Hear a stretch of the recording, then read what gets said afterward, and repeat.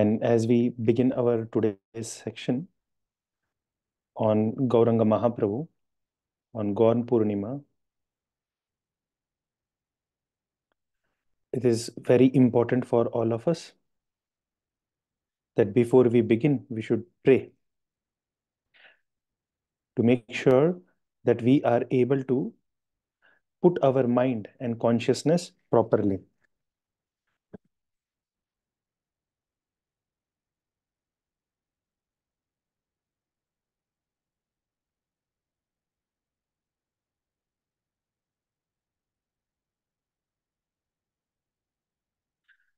I start by offering my most respectful obeisances to my divine spiritual master, Sri Srimad Srila Jayapataka Swami.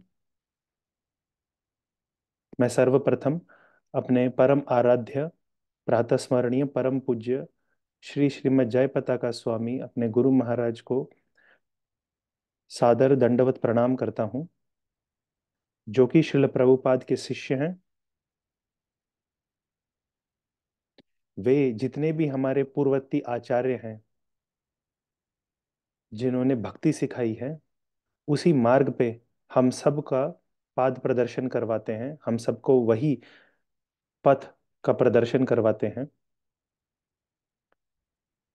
हर नगर और ग्राम में श्री चैतन्य महाप्रभु की कथा और श्री नित्यानंद प्रभु की असीम कृपा प्रदान करते हैं।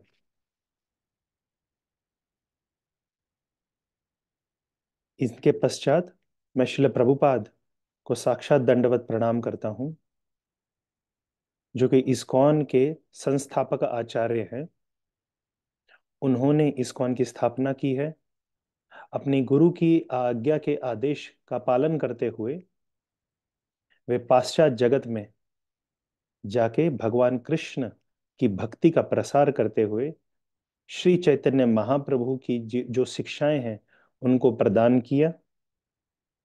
और यहाँ तक कि जो स्वयं को भगवान मानते थे, ऐसे कुछ लोग होते हैं जो स्वयं को भगवान मानते थे, उनको भी परम भक्त बनाया। अब मैं श्री पंचतत्व को शारद दंडवत प्रणाम करता हूँ, जिनमें श्री चैतन्य महाप्रभु स्वयं श्री श्री राधा कृष्ण के अवतार हैं। श्री नित्यानंद प्रभु श्री बलराम जी हैं। अद्वैत आचार्य महाविष्णु और सदाशिव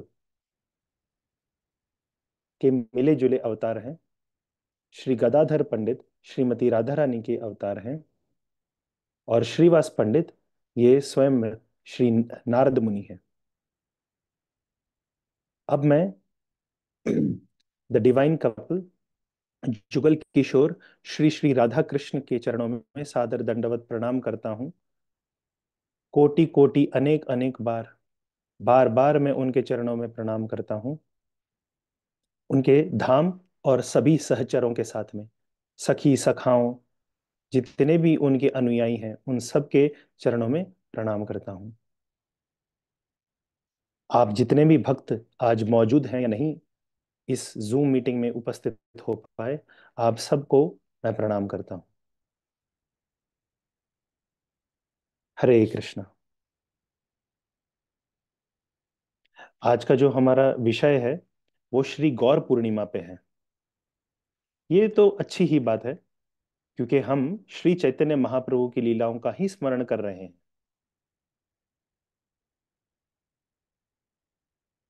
भगवान श्री चैतन्य महाप्रभु स्वयं कृष्ण है।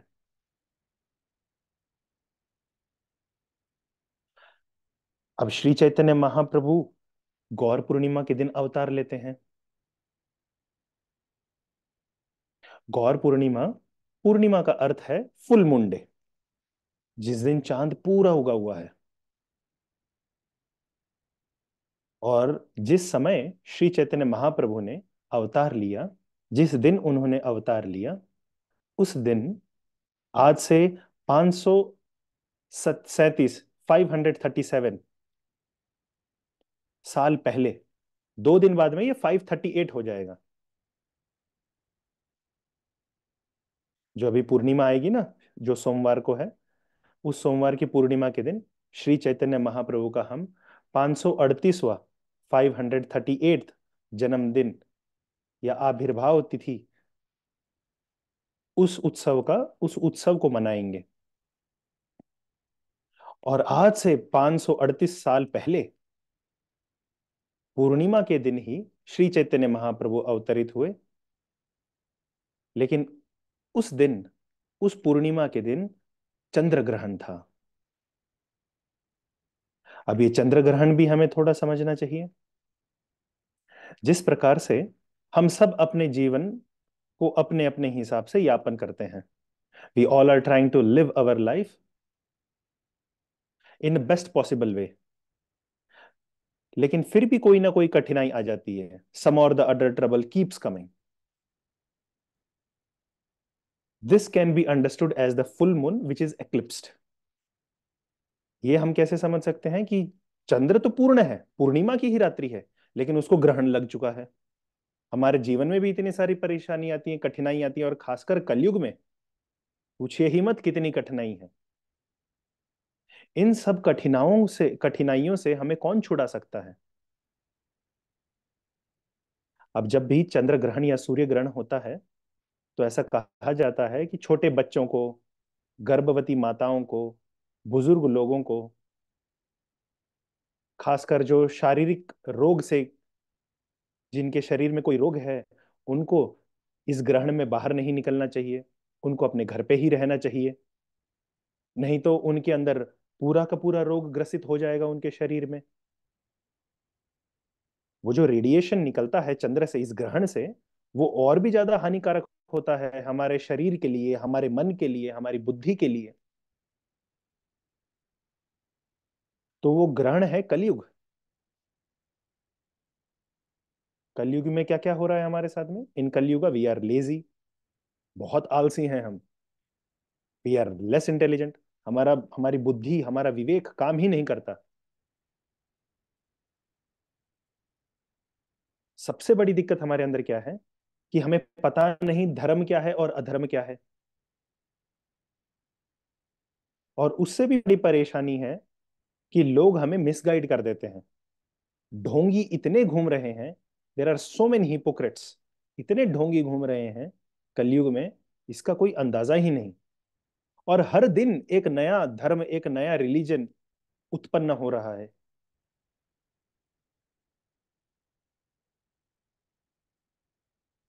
आधे से ज्यादा लोग तो अपने आप को ही भगवान मान के बैठे हैं। तो ये सब कुछ हमारी भक्ति के ऊपर एक ग्रहण लग चुका है।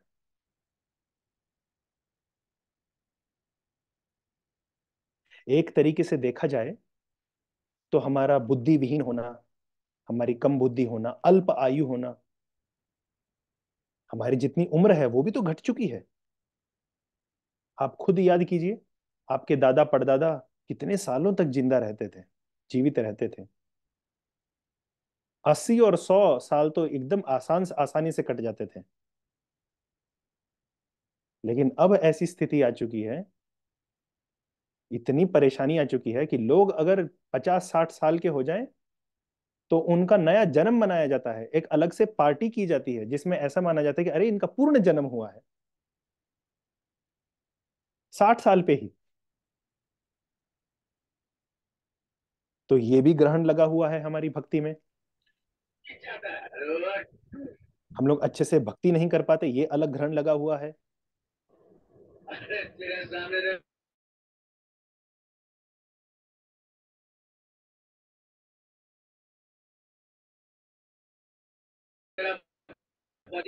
आप एक थैंक यू। ये जो ग्रहण लगा हुआ है,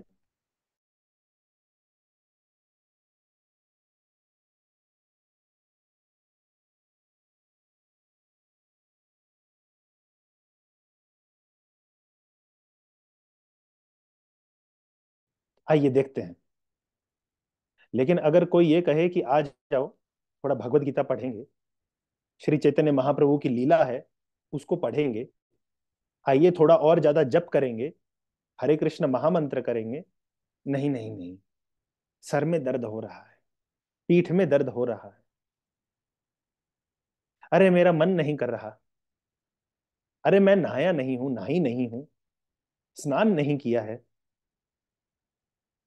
इतने तर्क निकल निकल के आएंगे जितने भगवान राम के तर्कश में तीर नहीं थे। भगवान श्री राम का जो तर्कश है जिसमें सारे तीर रखे रहते थे, उसमें अनलिमिटेड, अनगिनत तीर रहते थे। कभी भी वो खाली नहीं हुआ। उतने सारे एक्सक्यूज हमारे पास में है कि हमें भक्ति नहीं करनी। ये हमारी भक्ति के ऊपर ग्रहण है। और इस ग्रहण का निवारण केवल श्री चैतन्य महाप्रभु कर सकते हैं। So much eclipse have come upon us, specifically in Kali Yuga, that we are lazy, we understand ourselves as God, खुद को ही भगवान मान के बैठे हैं, और we think somebody else is God. Krishna is not God. We don't want to chant, we don't want to hear Krishna katha, we don't want to practice bhakti. This is like a grahan, this is like an eclipse in our life. And who can remove this eclipse? Only Sri Chaitanya Mahaprabhu. Only he can help us in this eclipse. इस ग्रहण के वातावरण में केवल श्री चैतन्य महाप्रभु, केवल वही हमारी मदद कर सकते हैं। केवल वही हमें उद्धार दिखा, हमारा उद्धार कर सकते हैं। आप में से जितने भी जो साक्षात सत्य है, जो परम सत्य है, जो स्वयं भगवान है, आप लोग जो भी उनको जानना चाहते हो, भगवान को समझना चाहते हो, भगवान की सेवा करना चाहते हो, आप केवल उनको ही कब कर सकते हैं? जब आप श्री चैतन्य महाप्रभु की शरण लें। अगर हम श्री चैतन्य महाप्रभु की शरण नहीं लेंगे, अगर हम उनके दिखाए हुए मार्ग पे नहीं चलेंगे, अगर हम हरे कृष्ण महामंत्र का जप नहीं करेंगे, तो हमारी जिंदगी नारकीय है।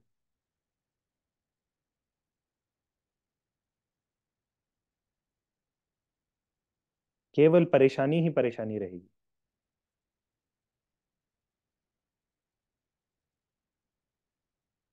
तो हमने पहले कुछ कथाओं में सुना कि किस प्रकार से श्री चैतन्य महाप्रभु का जन्म हुआ, उनका नामकरण संस्कार हुआ। अभी हम सब जानते हैं कि उनके अलग अलग नाम हैं। चलिए, एक आप सब लोगों से रिक्वेस्ट है कि जो भी चैट पे टाइप कर सकते हैं, आपको चैतन्य महाप्रभु के 3 नाम बताने हैं। हम पिछले 3 जूम मीटिंग्स में यही डिस्कस करते हुए आ रहे हैं। तो कोई भी 3 जल्दी जल्दी बता दीजिए। चैतन्य महाप्रभु के 3 नाम लिखिए। क्या क्या हैं 3 नाम? वैसे तो हमने 5 के ऊपर ज्यादा नाम गिनाए हैं। बहुत अच्छा, नंद किशोर प्रभु बता रहे हैं निमाई। बहुत अच्छे नंद किशोर प्रभु। कोई और बताइए, और क्या नाम है? निमाई तो नाम है, ये तो सही है, क्योंकि और वो नमाई नहीं है, स्पेलिंग गलत है उनकी, निमाई है। क्योंकि ये नीम के पेड़ के नीचे पैदा हुए, इसके लिए इनका नाम निमाई है। बहुत अच्छी बात है, रजनी माता जी ने तीनों लिख दिए, निमाई, गौरंगा, चैतन्य। चलो, धनंजय माता जी ने भी लिखा है चैतन्य। बहुत अच्छी बात है। कोई एक और नाम है जो उनके नाना ने उनको दिया था। उनके नाना ने क्या नाम दिया था, क्या वो याद कर सकता है कोई?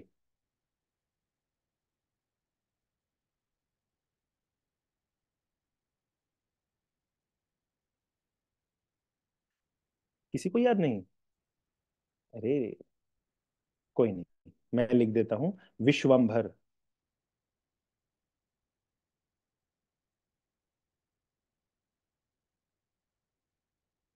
हाँ, बहुत सही।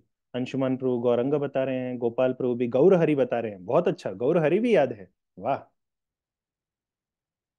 और विश्वंबर नाम है जो उनके नाना ने, मैटरनल ग्रैंडफादर, मैटरनल ग्रैंडफादर ने नाम दिया था, वो नाम था विश्वंभर। चलिए, तो आज जो कथा करेंगे, पिछली बार जो हमने की थी वो हमने ये जाना था कि किस प्रकार से श्री चैतन्य महाप्रभु को, निमाई को, छोटे निमाई को, बालक निमाई को चांद चाहिए था, जो आकाश में दिखता है, इतना सुंदर सुंदर, गोल गोल, पूरा सफेद, इतना ऐसा लगता है कि एकदम पास में है, हाथ बढ़ाओ और मिल जाएगा। वो चांद चाहिए था। और फिर उनकी माता ने, सच्ची माता ने उनके साथ में थोड़ा ट्रिक कर दिया। और बोला, देखो बेटा, ये चांद तो अच्छा नहीं है, मेरे लिए तो तुम ही चांद हो। देखो तुम तो स्वर्ण वर्ण के हो, तुम्हारा तो कलर जो है वो तो सोने के समान है, तुम तो बहुत सुंदर हो। और ये चांद, ये तो सुंदर नहीं है, इसके मुंह पे तो काला काला धब्बा है, इसको लेके क्या करेगा? और कभी तो ये छोटा हो जाता है, कभी ये बड़ा हो जाता है, और कभी बड़ा हो जाएगा। फिर बोलते, देखो इसके बीच में तो बादल भी आ गया, अब तो बादल भी नहीं चाहता कि हम चांद को देखें। मेरा गौरंगा, मेरा निमाई तो बहुत सुंदर है। इतना बोल के निमाई, जो बालक है, सच्ची माता की बात मान के बहुत खुश हो जाते हैं, प्रसन्न हो जाते हैं, रोना बंद कर देते हैं। फिर हमने एक और कथा की चर्चा की, जिसमें वो अपनी माता को मारते हैं गुस्से में, गलती से। तब उनकी माता बेहोश हो जाती हैं, और फिर उस दिन वो प्रण लेते हैं कि मैं आज के बाद अपनी माता को कभी नहीं सताऊंगा। वो नाटक करती हैं बेहोश होने भाग का, नहीं। हकीकत में बेहोश नहीं होती।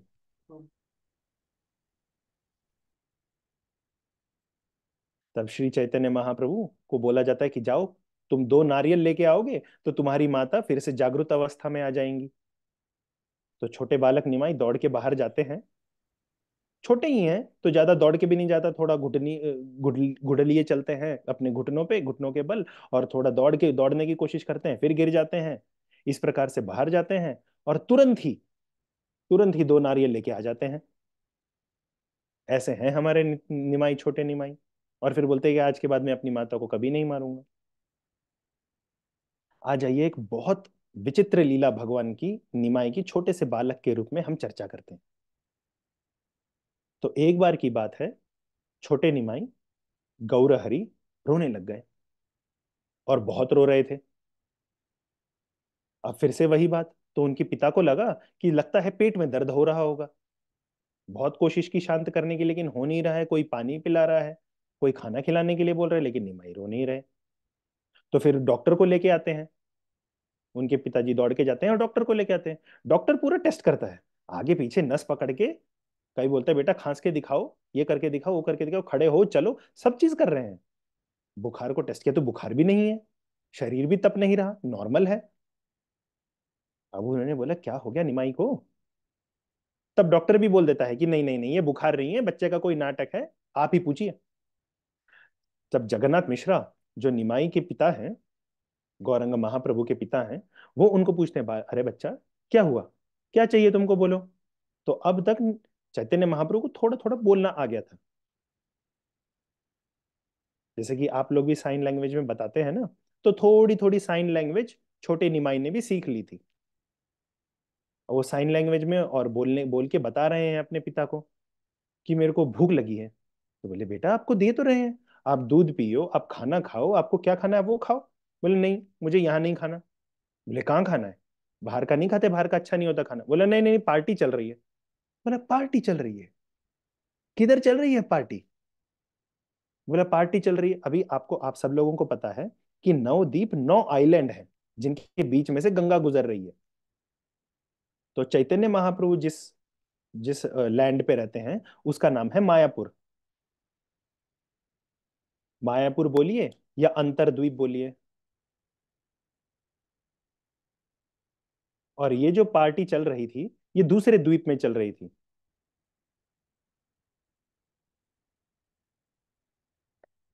और वो बोलते हैं कि मेरे को उस गांव में लेके जाओ। बोलते, उस गांव में किसके यहाँ पार्टी चलती है? तो बोलते, वहां पे नाम भी बताते हैं कि 2 पंडित हैं, 2 ब्राह्मण हैं। वो ब्राह्मणों का नाम है, एक एक ब्राह्मण का नाम है हिरण्य पंडित, और दूसरे का नाम है जगदीश पंडित। वो जो 2 ब्राह्मण हैं, भाई हैं वो दोनों, वो लोग पार्टी कर रहे हैं। अब जगन्नाथ मिश्रा सोच रहे हैं कि वो क्या पार्टी कर रहे हैं। बोले, आज एकादशी है ना। आज नहीं, उस दिन जब ये लीला चल रही है, उस दिन की बात हो रही है, आज से 538 साल पहले। तो एकादशी के दिन चैतन्य महाप्रभु बोलते हैं कि आज एकादशी है ना, तो इसके लिए उन लोगों ने पार्टी की है। अब जगन्नाथ मिश्रा बोलते, नहीं बेटा, एकादशी के दिन तो सब ब्राह्मण जितने भी भगवान के भक्त हैं, वो पार्टी नहीं करते, वो तो उपवास करते हैं, वो तो फास्टिंग करते हैं। वो लोग भगवान का नाम स्मरण, नाम जप ज्यादा करेंगे। कोई अलग से उत्सव नहीं मनाया जाता, कोई फीस्ट नहीं होती। तब वो कहते हैं कि नहीं नहीं, मुझे स्वरूपगंज जाना है। ये स्वरूपगंज जो है ये गौद्रुम द्वीप में है।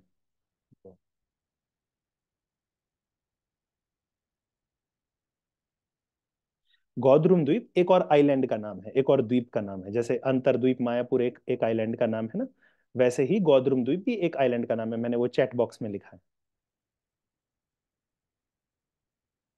तो वहां पे जगन्नाथ मिश्रा बोलते ठीक है, कम से कम बच्चा तो शांत हो जाएगा, नहीं तो इतना रो रहा है। तो छोटे निमाई को लेके अपनी गोद में, और पहले तो वो पैदल चल के जाते हैं। पैदल चलने के बाद में गंगा का तट आता है, गंगा में फिर वो नाव में बैठते हैं।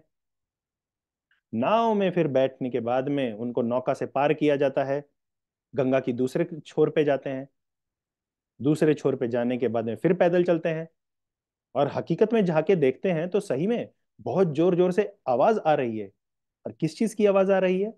ये जो दो भाई थे, जो ब्राह्मण थे, हिरण्य पंडित और जगदीश पंडित, इनके घर से कीर्तन की आवाज आ रही है। जोर जोर से हरे कृष्णा महामंत्र का कीर्तन कर रहे हैं। कोई करताल बजा रहा है, कोई मृदंग बजा रहा है।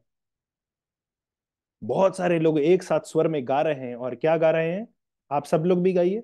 अगर आप लोग ये कीर्तन करेंगे तब चैतन्य महाप्रभु आपके घर पे भी आएंगे, नहीं तो नहीं आएंगे। तो एक बार हम सब लोग करेंगे। हरे कृष्णा, हरे कृष्णा, कृष्णा कृष्णा, हरे हरे, हरे राम, हरे राम, राम राम, हरे हरे। तो ये कीर्तन चल रहा है और सब लोग जोर जोर से कीर्तन कर रहे हैं। अब जैसे ही जगन्नाथ मिश्रा को पता चला, तो अपने गोद में निमाई लेके रखा है। निमाई को पूछते तुझे कैसे पता था कि यहाँ पे कीर्तन चल रहा है, यहाँ पे पार्टी हो रही है, यहाँ पे आज फीस्ट है, तुम्हें कैसे पता है? बोले भूख लगी है। इतना बोल दिया, बाबा पिघल गए, अपना सवाल भूल गए। बोलते चलो घर पे चलते हैं। घर पे गए। घर पे जाने के बाद में देखा तो जगदीश पंडित और हिरण्य पंडित ने इतना बड़ा प्रिपरेशन बना के रखा है। इतने आप लोग जब भी पार्टी देते हैं तो ज्यादा से ज्यादा 4 आइटम, 7 आइटम, अरे ठीक है 10 आइटम, 15 आइटम करेंगे, 20 आइटम कर लेंगे, नहीं तो कितना 50 आइटम कर लेंगे। चलो आप लोग ज्यादा से ज्यादा 50 आइटम कर सकते हैं। लेकिन जो भक्त होते हैं भगवान के, वो 100 आइटम, 108 कर लेते हैं। हजारों व्यंजन भगवान के लिए पकवान बनाते हैं। तो ऐसे हजारों व्यंजन का भगवान को भोग लगा रहा था। और जब भगवान को भोग लग रहा था, तब हिरण्य पंडित और जगदीश पंडित से जगन्नाथ मिश्रा पूछते हैं, उन दोनों भाइयों से, चैतन्य महाप्रभु के पिता पूछते हैं कि अरे आज तो एकादशी है, फिर एकादशी के भी दिन आप लोग पार्टी कर रहे हैं? बोले हाँ, लेकिन ये हमारे लिए नहीं है, ये पार्टी भगवान के लिए है। बोले भगवान के लिए? बोले हाँ, हमारे घर में जो राधा कृष्ण है उनके लिए पार्टी करते हैं हम, और हर साल ये पार्टी होती है। बोले अच्छा, तो एनिवर्सरी के रूप में है? बोले हाँ हाँ, एनिवर्सरी हर साल हम लोग इस पार्टी को करते हैं, और बहुत धूमधाम से करते हैं, कीर्तन करते हैं, भगवान को बहुत सारे व्यंजनों का, अलग अलग पकवानों का भोग लगाते हैं। तो आज भगवान को हम भोग लगाने वाले थे, इतने में आप आ गए, हमारा सौभाग्य है। आपको कैसे पता चला? तब जगन्नाथ मिश्रा बोलते हैं कि मुझे मुझे तो मेरे बेटे ने बताया है, इस बालक निमाई ने बताया है। बोले निमाई ने बताया? बोले हाँ। निमाई खुद बोलने लग गया कि अरे वो लोग भोग लगा रहे हैं, वो लोग मुझे बुला रहे हैं, मुझे बुलाया है पार्टी में, अगर मुझे पार्टी में बुलाए तो मुझे तो जाना पड़ेगा। अब ये दोनों समझ गए, ये दोनों जो भाई थे ये तो भक्त थे भगवान के। ये तुरंत समझ गए कि ये जो छोटा बालक निमाई है, ये स्वयं भगवान कृष्ण है। क्योंकि हम भगवान कृष्ण को ही भोग लगा रहे हैं, उनको ही बुला रहे हैं, उनको ही रिक्वेस्ट कर रहे हैं कि आइए भगवान भोग लगाइए, ये हमने जो पकवान बनाए हैं इनको स्वीकार कीजिए, ये पार्टी हमने आपके लिए की है। अब भगवान स्वयं आके वो ग्रहण करना चाहते हैं, खाना चाहते हैं। तो स्वयं तो अवतार लेके रखा है गौरंग महाप्रभु के रूप में। तो वही भगवान का स्वयं अवतार फिर आगे आता है, निमाई पंडित छोटा सा बालक, और फिर वो जितने भी व्यंजन हैं उन सब व्यंजनों को खाने लगते हैं, अलग अलग पकवान। कचौड़ी खा रहे हैं, समोसा खा रहे हैं, आइसक्रीम भी थी, आइसक्रीम खा रहे हैं। हाँ, आप में से काफी लोगों के मुंह में पानी आ गया। बहुत सारे लोग तो खाना खा चुके हैं, लेकिन फिर भी मन कर रहा है कि एक आइसक्रीम तो हो ही जाती। जिसकी भी इच्छा कर रही है खाने की, पहले भगवान को भोग लगाएं और उसके बाद में खाएं। कोई बुरी बात नहीं है, खाना बहुत अच्छी बात है। आपको जितना खाना है उतना खाइए, लेकिन पहले चैतन्य महाप्रभु को भोग लगाइए और उसके बाद में घपाघप खाइए। तो यही सीख हमें भी मिलती है कि स्वयं श्री चैतन्य महाप्रभु स्वयं कृष्ण हैं, और जिस प्रकार से वो वृंदावन में अपने भक्तों के साथ में बैठ के खाते थे, अलग अलग व्यंजन खाते थे, वे सारे व्यंजन भगवान श्री चैतन्य महाप्रभु भी अपने भक्तों के हाथ से खाना चाहते हैं। और जो भी भक्त अपने हृदय से उनको पुकारता है, वो स्वयं उस प्रसाद को ग्रहण, उस भोग को ग्रहण करने के लिए आ जाते हैं। फिर हमने ये भी चर्चा की थी एक और कहानी की, कि किस प्रकार से छोटे निमाई को दो चोर चुरा के ले जाते हैं। और ये जो चोर होते हैं ये अलग अलग जगह भागते हैं चैतन्य महाप्रभु को पकड़ के, सोचते हैं कि इनके गहने चुरा लेंगे, और अलग अलग जगह भागते हैं, लेकिन पूरा गांव घूमने के बाद में फिर से चैतन्य महाप्रभु के घर पे ही आ जाते हैं, और वहीं पे चैतन्य महाप्रभु को छोड़ के फिर भाग जाते हैं। और फिर बाहर जाके माता चंडी से, दुर्गा से प्रार्थना करते हैं। मेरे गुरु महाराज एक कथा में बताते हैं कि किस प्रकार से ये चोर बाहर जाके चंडी देवी से प्रार्थना करते हैं, दुर्गा से, हे माँ दुर्गा, हे माँ दुर्गा, आपका बहुत बहुत धन्यवाद कि आज तो आपने हमको जान जान बचा लिया, बाल बाल बचा लिया आज, नहीं तो आज तो हमारी पिटाई होती। लेकिन ये जो प्लान था, ये तो चंडी देवी, दुर्गा देवी का नहीं था, ये प्लान था चैतन्य महाप्रभु का, क्योंकि उनको घोड़ा गाड़ी चाहिए थी। अब जब हम छोटे थे तो हमें भी चाहिए, हमें घोड़े पे बैठना है, हाथी पे बैठना है। उसी प्रकार से चैतन्य महाप्रभु की भी घोड़े हाथी पे बैठना था। तो इधर उधर देखा, घोड़ा हाथी तो है नहीं, ये चोर हैं। इनका भी जीवन, चोर का जीवन क्या है, चोर का जीवन तो एक पशु के समान ही है, एक एनिमल की तरह ही है। तो ऐसा करते हैं, इनको अपनी सेवा में लगाते हैं। तो उनके कंधों पे बैठते हैं, पूरा गांव घूमते हैं, वापिस आते हैं, उनके हाथ से संदेश भी खाते हैं, और फिर उनका उद्धार कर देते हैं। आगे जाके ये दो चोर हैं, ये स्वयं भगवान का जो वैकुंठ धाम है, आध्यात्म जगत, उसमें जाते हैं। चलिए, अब एक और कथा, ये है श्री चैतन्य महाप्रभु के घर में होती है ये। इसमें क्या होता है, एक बहुत ही प्रगाढ़ साधु, बहुत ही वरिष्ठ साधु, जो कि भगवान के असीम भक्त हैं, लेकिन बस बात यह है कि उस साधु की दाढ़ी नहीं थी। हमारे साइन लैंग्वेज में जब भी हम बताते हैं साधु, तो हम दाढ़ी बता देते हैं, लेकिन वो साधु की दाढ़ी नहीं थी। आपने जैसे प्रभुपाद का फोटो देखा है, प्रभुपाद पूरे क्लीन शेव रहते थे, उनके बाल, सर के बाल भी और दाढ़ी के मूंछों के बाल भी पूरे क्लीन रहते थे, क्योंकि जितने भी वैष्णव हैं वो अपने आप को पूर्ण तरीके से क्लीन रखेंगे। ज्यादा बाल होने से पसीना आता है, गंदगी होती है, शरीर साफ नहीं रहता। इसके लिए अपने आप को अच्छे से क्लीन रखने के लिए, साफ रखने के लिए, और बाल का त्याग करना एक वैराग्य का जीवन भी होता है। तो ये जो साधु भक्त थे, साइन लैंग्वेज में तो हम बता रहे हैं कि साधु का मतलब दाढ़ी, लेकिन उनकी दाढ़ी नहीं थी। अच्छे से उनने शेव करके रखा था, पूरे साफ सुथरे थे, और वैरागी थे, सन्यासी थे, यानी कि गृहस्थ आश्रम ने त्याग कर दिया था। यहां तक कि वो घर पे भी नहीं रहते थे, वो तो बाहर एक जंगल में निवास करते थे, एक फॉरेस्ट में रहते थे।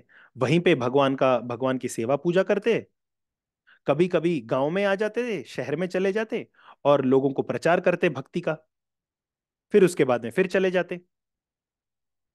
इस प्रकार से वो अपने कृष्ण की एक छोटी सी मूर्ति, गोपाल मूर्ति, उनके साथ में वो विचरण करते थे। एक दिन की बात है कि वो अंतर्द्वीप मायापुर धाम में आते हैं और भगवान के नाम का प्रचार करते हैं। जैसे ही चैतन्य महाप्रभु के पिता जगन्नाथ मिश्रा और उनकी माता सची माता, ये जब उन ब्राह्मण को देखती है, उन साधु को देखती है, इतने वरिष्ठ भक्त हैं, उनको देखती हैं, तो रिक्वेस्ट करते हैं हाथ जोड़ के विनम्रता से, कि आप इतने बड़े भक्त हैं भगवान के, सर्वप्रथम तो हमारा साक्षात दंडवत प्रणाम स्वीकार करें आपके चरणों में। उनके चरणों को स्पर्श करते हैं, और तब उनसे निवेदन करते हैं कि आपकी असीम कृपा होगी, अगर आप जैसे इतने शुद्ध भक्त अगर हमारे घर पे पधारें तो आपसे हम रिक्वेस्ट करते हैं कि प्लीज कृपया करके हमारे घर पे आइए और हमसे थोड़ी सेवा स्वीकार कर कीजिए। तब वो साधु कहते हैं कि सेवा तो मैं कुछ नहीं लेता, क्योंकि मैं तो खुद भगवान का सेवक हूं। हाँ, आपके घर पे चल के हम कथा और कीर्तन कर सकते हैं। भगवान हरे कृष्ण महामंत्र की कीर्तन करेंगे और कृष्ण की कथा करेंगे। ये मैं आपके घर पे जरूर कर सकता हूँ।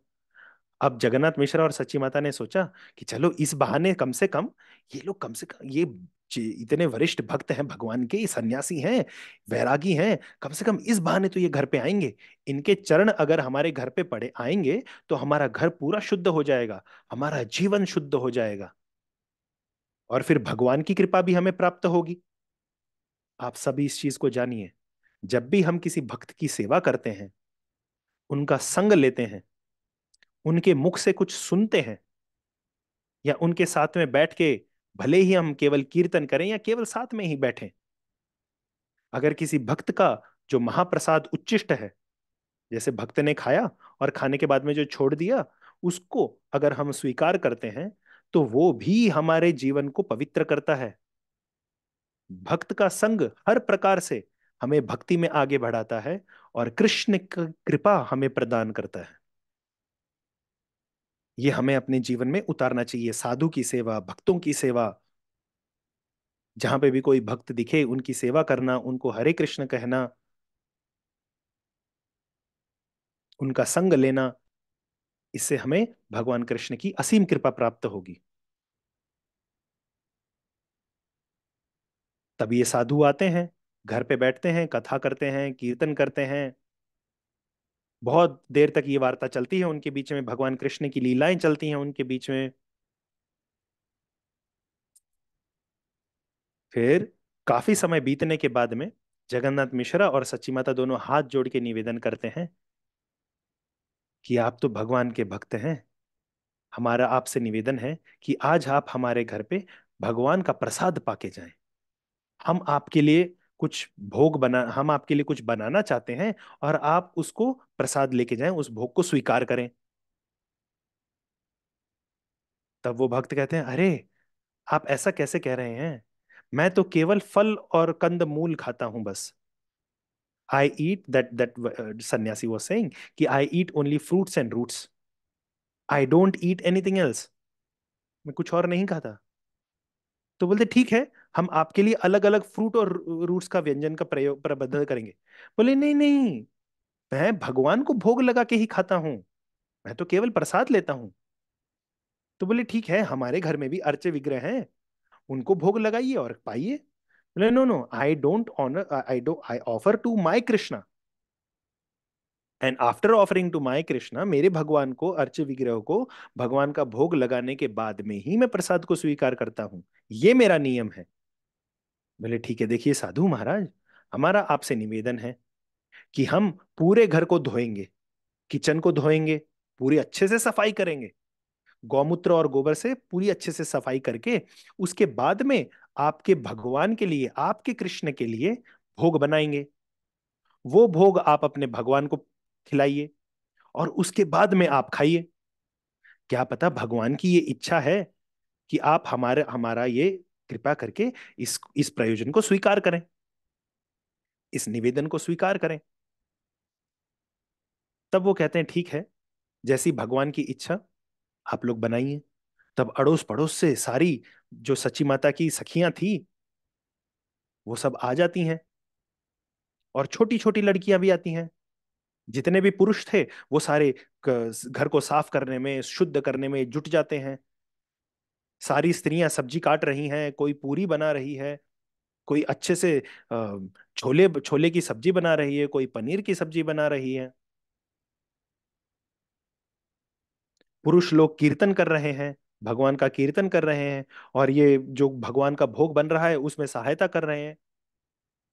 ये सब अच्छा पकवान बनने के बाद में बहुत बड़ी सी थाली में हर एक पकवान को सजा के, पूरी है, अन्न प्रसाद है, चावल है, दाल है, सब्जी है, अलग अलग प्रकार की सब्जियां हैं, चटनी है, जूस है, बहुत सारे फ्रूट हैं, हर एक पूरा कॉम्बिनेशन पैक करके वो ब्राह्मण को, उस भक्त को हाथ में देते हैं और निवेदन करते हैं कि अब आप अपने भगवान को भोग लगाएं। और भोग लगाने की एक प्रक्रिया होती है कि जब हम भोग लगाएं तो उसको कोई नहीं देखे। और अगर आपके घर में पर्दा नहीं है बंद करने का, तो कम से कम अपनी आंखें बंद कर लीजिए। और उस समय हम भगवान से निवेदन करते हैं अपने मंत्र में, अपने मन में, हरे कृष्ण महामंत्र का जप करते हुए श्री चैतन्य महाप्रभु का ये जो पंचतत्व मंत्र है ना, जय श्री कृष्ण चैतन्य प्रभु नित्यानंद श्री अद्वैत गदाधर श्रीवास आदि गौर भक्त वृंद, इस मंत्र का और हरे कृष्ण महामंत्र का जप करते हुए भोग लगाते हैं। और ये मन में ऐसा सोचते हैं कि अब भगवान आके देखो, ये पूरी को इस सब्जी के साथ में मिला के खा रहे हैं, भगवान पूरी को चटनी के साथ में लगा के खा रहे हैं, चावल और दाल का मिश्रण पापड़ के साथ में, अचार के साथ में खा रहे हैं, भगवान को दही भी पसंद है तो दही मिला के खा रहे हैं। अलग अलग व्यंजन, और फिर बाद में थोड़ा सा तीखा लगता है, अगर लग गया थोड़ा सा तो फिर नींबू है, भगवान नींबू डाल सकते हैं, थोड़ा नमक डाल सकते हैं, जूस पी सकते हैं, मिठाई भी रखी हुई है, श्रीखंड है, आइसक्रीम है, रसगुल्ला है, गुलाब जामुन है। इस प्रकार से हम भगवान के ध्यान लगाते हैं मन में कि भगवान भोग खा रहे हैं। और जब भगवान का भोग पाना हो गया, उसके बाद में, अपना जप खत्म होने के बाद में, हम वो प्लेट को वापस लेते हैं और फिर उस प्रसाद को, जो प्रसाद बना है, अब उस प्रसाद को हम स्वयं ग्रहण करते हैं, पाते हैं।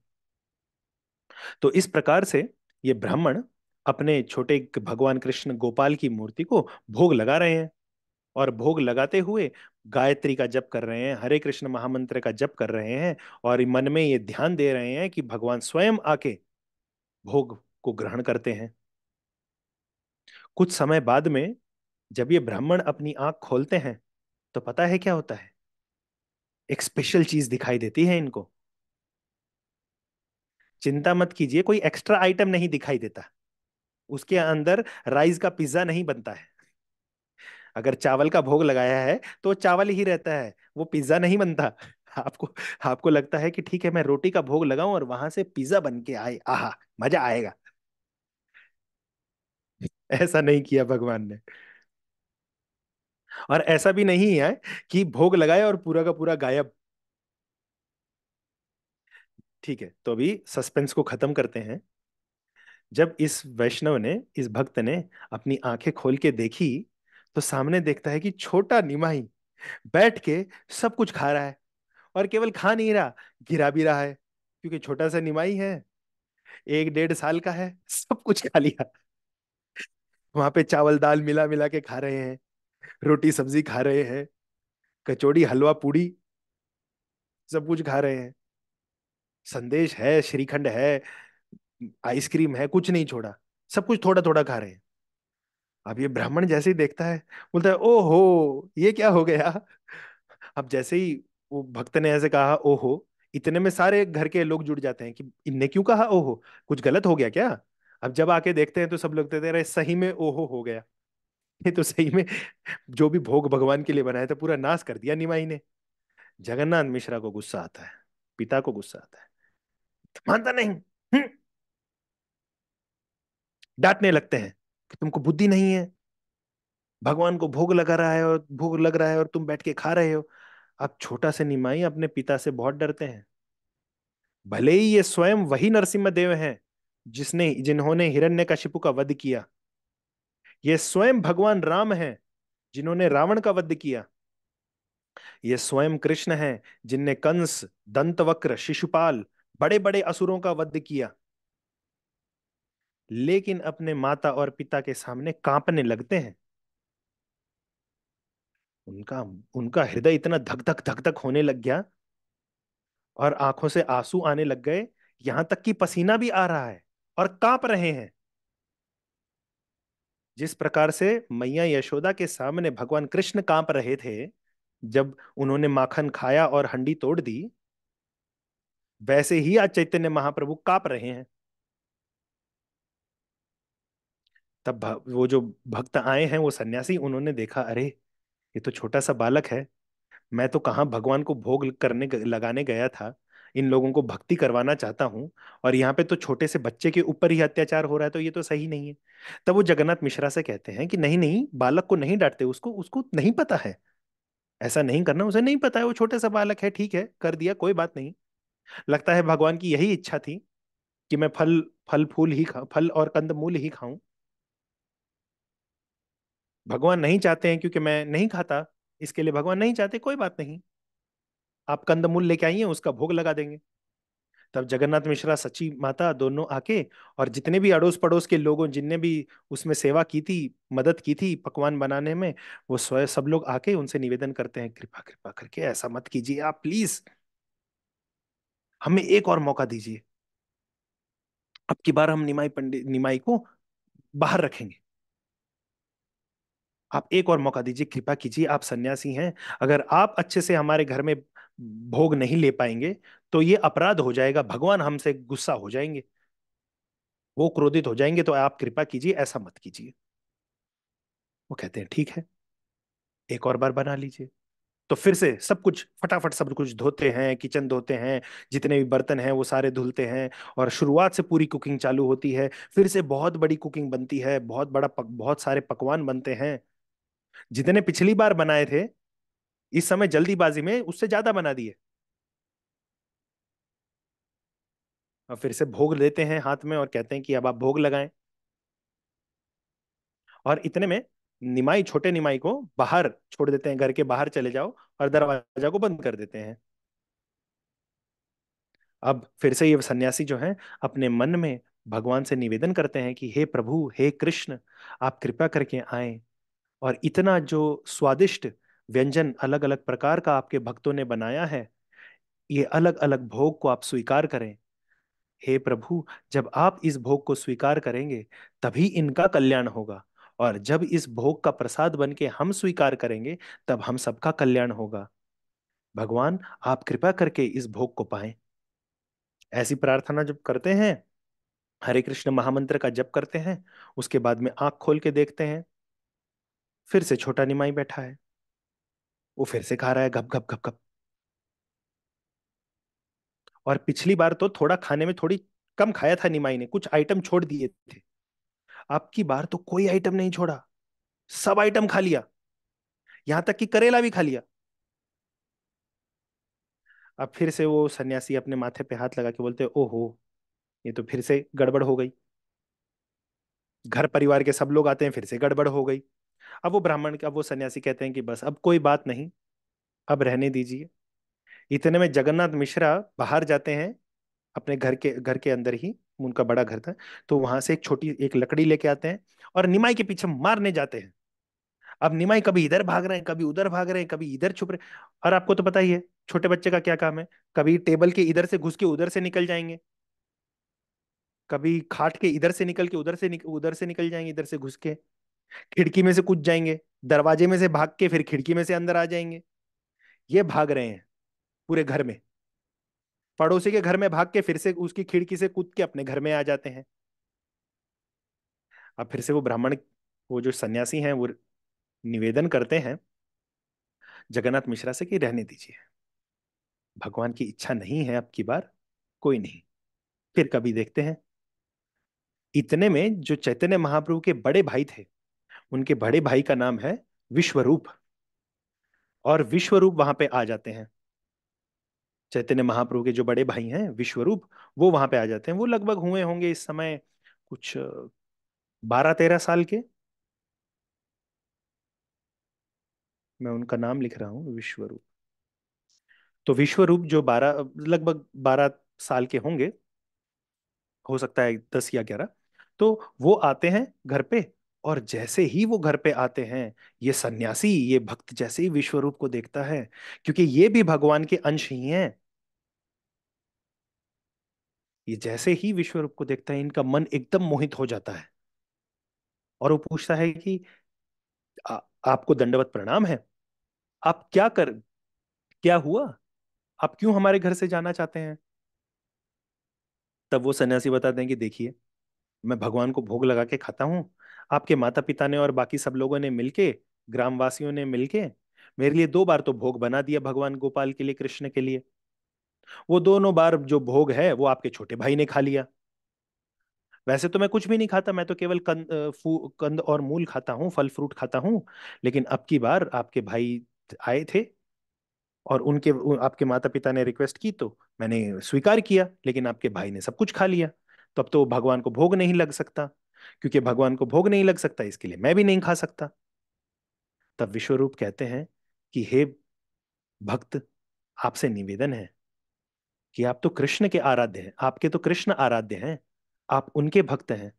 अगर आप मेरे घर से बिना खाए चले जाएंगे तो मेरे माता पिता को बहुत दोष लगेगा कि भगवान का कोई भक्त आया और हमने उनकी अच्छे से सेवा नहीं की।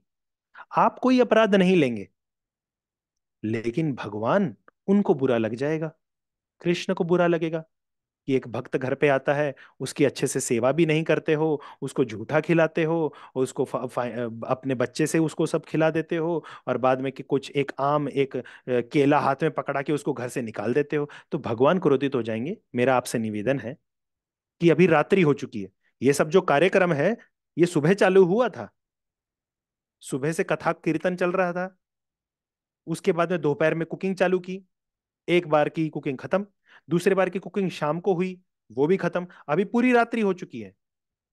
तो वो कहते हैं देखिए, अगर आप कुछ नहीं खाएंगे तो हमारे घर में भी कोई कुछ नहीं खाएगा, सब लोग भूखे हैं। तो आपसे निवेदन है कि एक और बार हमें ये मौका दीजिए। और मेरा जो छोटा भाई है निमाई, उसने तो 2 बार खा लिया ना, उसका तो पेट भर गया। अभी रात्रि का समय है, उसका सोने का समय हो गया, हम उसको सुला देंगे, वो सो जाएगा तो कुछ नटखटबाजी नहीं करेगा। नहीं तो पहले तो उधम मचाया था ना, अभी कुछ नटखटबाजी नहीं करेगा। जब इस प्रकार से विश्वरूप कहते हैं तो वो जो सन्यासी है, उनका हृदय पिघल जाता है।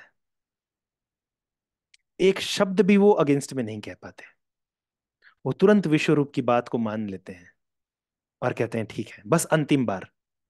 लेकिन कोई ज्यादा पकवान बनाने की जरूरत नहीं, बहुत ही कम। बोले ये आप छोड़ दीजिए हमारे माता पिता पे, ये आपकी सेवा करेंगे लेकिन जल्दी करेंगे। अब फिर से सब लोग कुकिंग चालू करते हैं अच्छे से। और क्योंकि विश्वरूप ने कहा, इसके लिए और भी अलग अलग व्यंजन बनते हैं। अभी तो विश्वरूप भी आ गया बनाने के लिए, बड़ा भाई। अब वो भी जब कुकिंग में मदद कर रहा है तो और भी ज्यादा पकवान बन गए। अब फिर से भगवान गोपाल को भोग लग रहा है। इतने में सब लोग थक चुके हैं, सब लोग बैठे हुए हैं, और छोटे निमाई को सची माता अंदर लेके जाके उनको सुला देती है। और छोटे निमाई सो रहे हैं और यहाँ पे वो भोग लगा रहे हैं। वो सन्यासी फिर से भगवान से निवेदन करते हैं कि हे भगवान, आप तो विराट हैं, ये पूरा विश्व आपने ही इसकी रचना की है, आप हर एक चीज के स्वामी हैं, हर एक पदार्थ के स्वामी हैं। हम आपको तो कुछ भी अर्पण नहीं कर सकते, बस इतना निवेदन कर सकते हैं कि आप कृपा करके आए और ये जो भी व्यंजन और भोग हमने लगाया बनाया है, इसको स्वीकार करें। इसके लिए नहीं क्योंकि आप भूखे हैं, इसके लिए ताकि हमारा उद्धार हो सके। कृपा कीजिए भगवान, ये आइए और ये भोग स्वीकार कीजिए। जब जैसे ही इस चीज का निवेदन करते हैं, अपनी अपने हरे कृष्ण महामंत्र का जप संपन्न करते हैं, और फिर सोचते हैं कि चलो निमाई तो सोया हुआ है, कोई नहीं, आंख खोल के देखते हैं, तो फिर से वही दृश्य। निमाई सो नहीं रहा, बैठ के खा रहा है। लेकिन अब की बार सब कुछ नहीं खाया, थोड़ा सा खाया और थोड़ा छोड़ दिया। और फिर से ये ब्राह्मण अपने सर पे हाथ मारते हैं, लेकिन कुछ कहते नहीं, क्योंकि 3 बार तो घर वालों फिर से परिश्रम कर चुके हैं, और अब की बार अगर घर वालों को पता चला तो निमाई की पिटाई जरूर होगी। अब ये निमाई की पिटाई नहीं हो इसके लिए कुछ नहीं बोलते। लेकिन फिर छोटे निमाई बोलते हैं, आपकी प्रॉब्लम क्या है, क्यों माथे पे हाथ मार रहे हो? छोटे निमाई वो सन्यासी को बोल रहे हैं कि क्यों माथे पे हाथ मार रहे हो, आपकी प्रॉब्लम क्या है, what is your problem man? तो बोलते नहीं नहीं, मेरी कोई दुविधा नहीं, बस बात इतनी है, हे बालक, बस बात बस इतनी है कि मैं भगवान को भोग लगा रहा था, और आप बार बार आते उस भोग को झूठा कर देते हो। अब आप खा लोगे तो मैं भगवान को भोग नहीं लगा पाऊंगा। मुझे कुछ खाने की इच्छा नहीं है, लेकिन बस इतना है कि आपके माता पिता चाहते थे कि भगवान को भोग लग जाए, लेकिन क्योंकि आप खा जाते हो इसके लिए भोग नहीं लग पाता।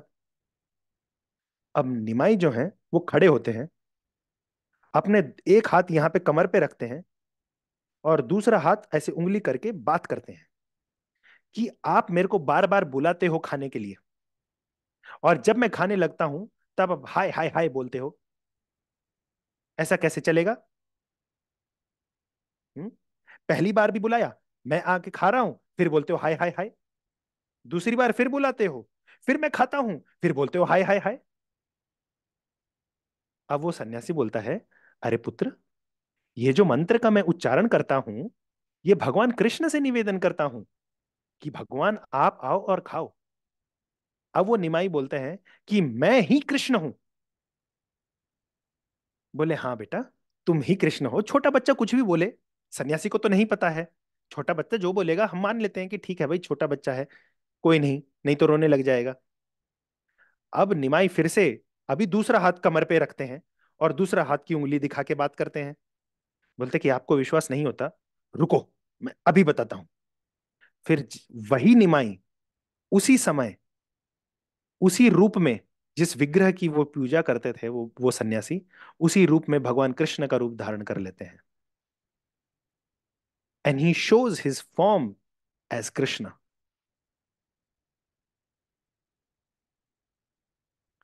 थ्री फोल्ड बेंडिंग फॉर्म, तीन जगह से त्रिभंग ललित है और बहुत ही सुंदर है। हाथ में मुरली है। और केवल इतना ही नहीं, वो सन्यासी को यह भी दिखाई देता है कि एक गाय है जो भगवान के चरण को चाट रही है। उनके साथ में उनकी सखीगण है। पूरा वृंदावन उस सन्यासी को उस समय दिखाई देने लगता है। श्री चैतन्य महाप्रभु की जो उनका उनका स्वयं का विग्रह है, जो उन्हों उन वो ये लीला इस ब्राह्मण के साथ, इस सन्यासी के साथ में करते हैं। अब लेकिन पर्दा लगा रखा है ना। घर वाले ये चीज नहीं देख रहे। घर में किसी को नहीं पता, केवल सन्यासी और निमाई को पता है। अब जब जब कृष्ण के रूप में आ गए, उसके कुछ क्षणों के बाद में फिर से निमाई छोटे बालक के रूप में आ गए। फिर राम का रूप दिखा रहे हैं, फिर कृष्ण का रूप दिखा रहे हैं, और फिर से निमाई का रूप दिखा रहे हैं। अब जैसे ही ये सब उस सन्यासी ने देखा, वो तो खूब प्रसन्न हो गया। वो जोर जोर से कूदने नाचने लगा, हाथ ऊपर करके उछल उछल के हरि बोल करने लगा। उसके खुशी का कोई ठिकाना ही नहीं रहा। और बोल रहा है कि आज एक बार नहीं, तीन तीन बार स्वयं भगवान ने आके भोग लगाया है, स्वयं मेरा भोग खाया है। अरे मैं कितना भाग्यशाली हूं, अरे मैं कितना भाग्यशाली हूं।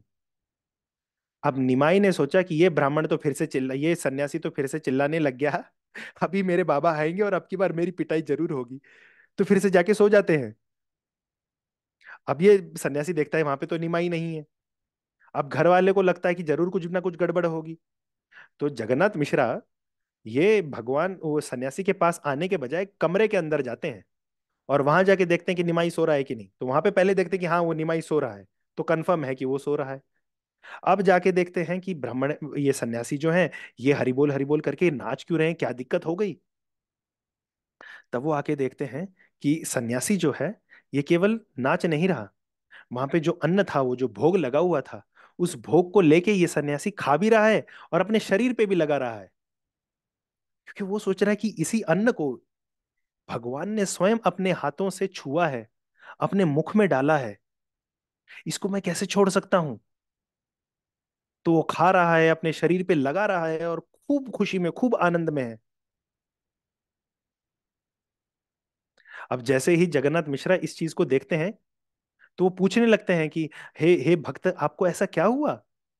हे सन्यासी, हे विप्रन, आपको ऐसा क्या हुआ? आप ऐसा ऐसा क्यों कर रहे हैं? तब वो कुछ नहीं, जब वो कहने लगते हैं, इतने में निमाई अंदर से उठ के, छोटा सा बच्चा भी, आंख तो खुल गई, वो सोने का नाटक कर रहे थे वो भी छोड़ दिया। अब वो बाहर आते हैं और आंख खोल के बोलते हैं कि हाँ हाँ, श्श, इशारा करते, शुभ, बताना नहीं, वो मम्मी पापा हैं, मम्मी पापा को नहीं बताना, नहीं तो वो कल से मेरी आरती करने लगेंगे, अगरबत्ती घंटी दिखाएंगे, और जो प्यार है वो चला जाएगा, मेरे को भगवान के रूप में पूजेंगे। मैं तो उनका बालक रूप में आया हूं ना, मुझे बालक रूप में एंजॉय करने दो अभी। अब सन्यासी ये चीज समझ जाते हैं कि ठीक है, भगवान की इच्छा ऐसी है, किसी को नहीं बताना है। तो सन्यासी कहते कुछ नहीं, आज भगवान ने आपके घर में भोग स्वीकार किया, इसके लिए मैं बहुत प्रसन्न हूं। इस खुशी के कारण मैं भोग इसकी इस खुशी के कारण मैं कीर्तन कर रहा था, क्योंकि आज मैं हर बार तो भगवान को केवल फल का भोग लगाता हूँ। आज इतने समय के बाद, सालों के बाद में भगवान को इतना अलग अलग व्यंजन का भोग लगा है, इसके लिए मैं बहुत प्रसन्न हो गया था, बहुत खुशी हो गया था।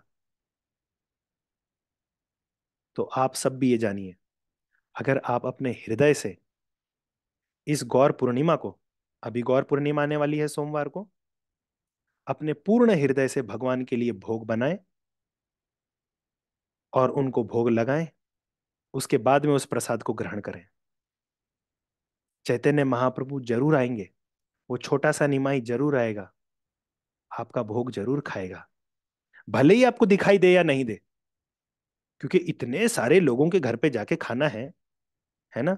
उमा माता जी के घर पे जाके खाना है, फिर शारिका माता जी के घर पे जाके खाना है, यहाँ पे हमारे अंशुमान प्रभु हैं, उनके घर में खाना है, मधुरा माता जी के, वैशाली माता जी के घर पे खाना है, स्तुति के घर पे खाना है, सबके घर पे खाना है।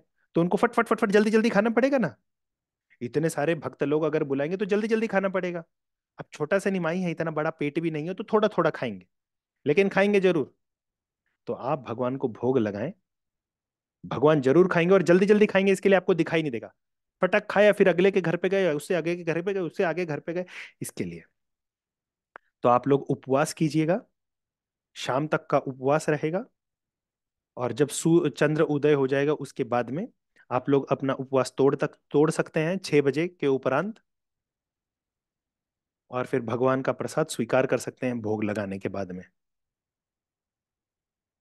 मायापुर.tv, या फिर मायापुर टीवी, मायापुर टीवी, मैंने चैट बॉक्स पे मैं लिख रहा हूँ। मायापुर टीवी का यूट्यूब चैनल है, उनका फेसबुक चैनल है ना, उनका खुद का टीवी स्टूडियो भी है, मायापुर.tv करके। वहां पे जाके आप भगवान श्री चैतन्य महाप्रभु का अभिषेक देख सकते हैं, मैं भी देखूंगा। आप सब लोग भी भाग्यशाली बने, उनका अभिषेक देखें, और उसके बाद में प्रसाद स्वीकार करें। ठीक है। तो आज की कथा लीला को यहीं विश्राम देते हैं। लेकिन आज आज आप सबको ये जानना बहुत जरूरी है कि भगवान श्री चैतन्य महाप्रभु हमारे जीवन में जो ग्रहण लगा हुआ है, उस ग्रहण को निकालने के लिए आए हैं, और हमें दृढ़ता से उनकी जो शिक्षाएं हैं उसका पालन करना चाहिए। इस कलयुग में बहुत दोष हैं। मेरी बहन पिछले 1-2 हफ्ते से मुझे एक ही चीज बताती हैं। क्या? कि हमारे गुरु महाराज कथा, जब कथा करते हैं, तो उसमें बताते हैं कि कलिर दोष निधे राजन अस्तिर एक महद्गुणा, कि ये कलयुग जो है, इसमें ये सागर है। और किस चीज का सागर है? पानी का? नहीं नहीं नहीं, पानी का नहीं। अच्छा, तो सोने का है? नहीं नहीं, सोने का भी नहीं है। तो किसका है? दोष। इतने सारे दोष, इतना सारा पाप, इन पापों का ये सागर है। लेकिन इसमें केवल एक ही महान गुण है, और गुरु महाराज बताते हैं कि वो महान गुण क्या है? वो है हरे कृष्ण महामंत्र का जप।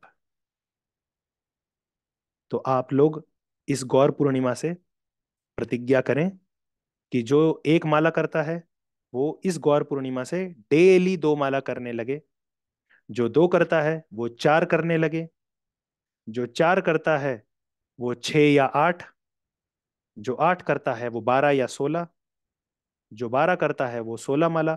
आप सब लोग धीरे धीरे करके 16 माला के जप में आए, और इस गौर पूर्णिमा से मंडे तक का टाइम है आपके पास बस, नहीं तो जिंदगी ऐसे ही खत्म हो जाएगी। हम में और जानवर में फिर कोई फर्क नहीं रहेगा। ठीक है। स्तुति, क्या हम कोई प्रश्न ले सकते हैं?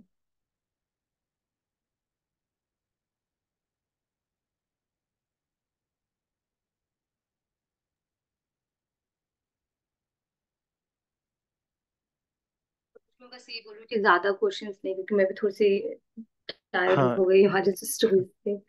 ठीक। तो मेरे ख्याल से अंशुमान का लेंगे, और उसके बाद में जितेंद्र का, क्योंकि ये लोग पहली बार पूछ रहे हैं इस वजह से।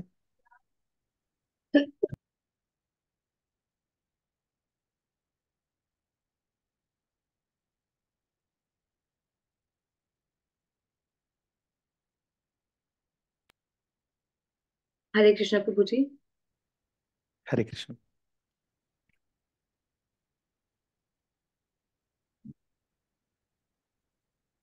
तो जैसे आपने जपमाला के बारे में बताया, और फिर हमने जपमाला कर ली, चैतन्य प्रभु जी के बारे में सारी चीज कर ली, हरि बोल भी कर ली। बट हम जब ऑफिस जाते हैं वहां से फिर हम नेगेटिविटी लेके आते हैं। फिर वापस घर में आके फिर वो परेशानियां स्टार्ट हो जाती है। फिर हम जपमाला करते तो हैं, लेकिन वो उतनी अच्छी तरीके से वापस पॉजिटिविटी नहीं आती। तो इसको कैसे सुधारें हम? बहुत सही सवाल है प्रभु आपका। और ये केवल आपके साथ नहीं होता, ये सबके साथ होता है। हम जितने भी हैं ना, हम सबके साथ ऐसा होता है। तो हमें क्या करना चाहिए? हमें अपने घर को इस प्रकार का वातावरण बनाना चाहिए कि वो भक्तिमय हो।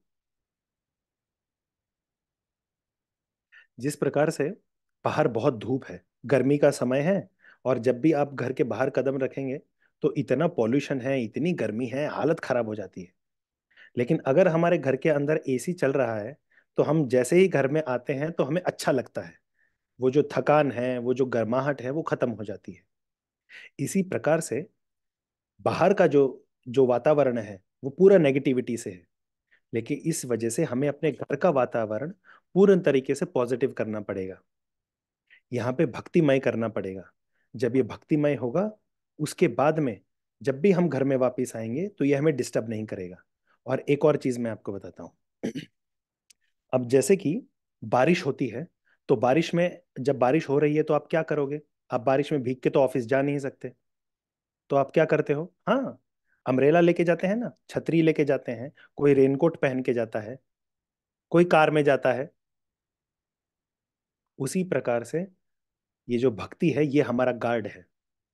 सुबह ऑफिस जाने से पहले, आपके दिन की कोई भी दिनचर्या है उसको शुरू करने से पहले, हम भगवान की अगर भक्ति करें तो वो हमें मदद करेगा। वो उस छतरी, उस अम्ब्रेला के समान है, वो उस रेनकोट के समान है, जो कि हमें इस बारिश, जो कि नेगेटिविटी की बारिश हर जगह पे हो रही है, उस नेगेटिविटी की बारिश से हमें बचाएगा। तो आपसे भी यही निवेदन है कि हम अब बाहर जाने से पहले भक्ति इतनी अपने अंदर कर लें कि ये जो बारिश है, नेगेटिविटी है, ये हमको टच भी नहीं कर सके। और आप प्रयास कीजिएगा। ये शुरुआत के समय, हाँ, हमें दिक्कत होगी, लेकिन धीरे धीरे करके आपकी भक्ति इतनी ज्यादा होने लगेगी कि अगली बार कोई नेगेटिव आदमी आपके पास में आएगा ना, उसको भी पॉजिटिविटी लगने लगेगी। किसी ने आपको टच कर लिया तो भी, अगर किसी ने आपसे बात की तो भी, आप खुद एक पॉजिटिव के, वो ट्रांसफार्मर बोलते हैं ना हम लोग, जहां से बिजली का संचार होता है, तो आप खुद पॉजिटिविटी के पावर हाउस बन जाएंगे। ये तो एक आखिरी प्रश्न फिर जितेंद्र से ले लें।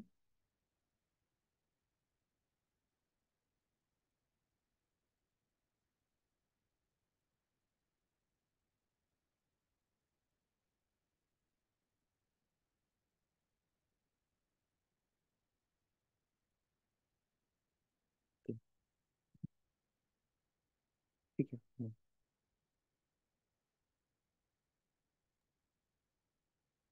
हरे कृष्ण प्रभु जी। हरे कृष्ण।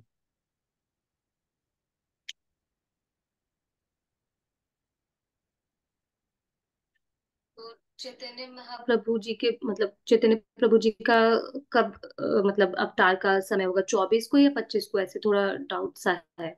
इंडिया में फास्ट 25। किस दिन रखें? इंडिया में 25 है। 25 जो कि मंडे है, उस दिन। उस दिन तो शायद ग्रहण भी है। नहीं नहीं, ग्रहण 25 नहीं को। है। इस समय ग्रहण नहीं है ना।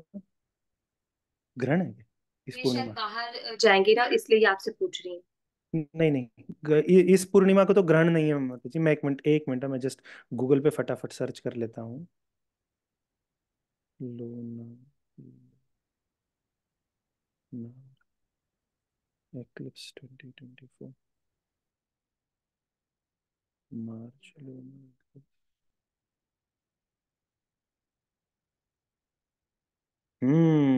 25 को एक्लिप्स तो बोल रहे हैं, सही पकड़ा। इस समय भी एक्लिप्स है ना?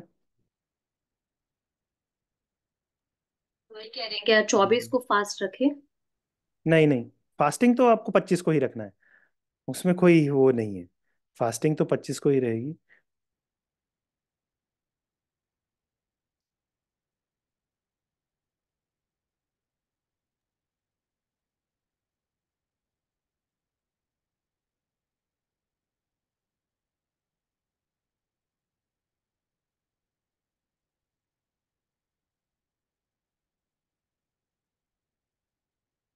तो जैसे कि अगर हम उस दिन पे एक माला जाप करेंगे तो हमें उसका कितना मल्टीपल टाइम मिलेगा, कुछ ऐसा है? अरे हाँ, उसका तो लाखों करोड़ों गुना है। ये तो बताया ही नहीं। आपने आज तक का जितना किया होगा उससे भी ज्यादा है। तो इसके लिए जितना ज्यादा हो सके उतना ज्यादा जप कीजिए। और उसके बाद में भी जप करना मत छोड़िए। ऐसा नहीं कि जब भी केवल गौर पूर्णिमा आएगी उसी दिन हम जप करेंगे पूरे साल का एक बार में। ऐसा नहीं, डेली करना चाहिए। और उस दिन ज्यादा करना चाहिए।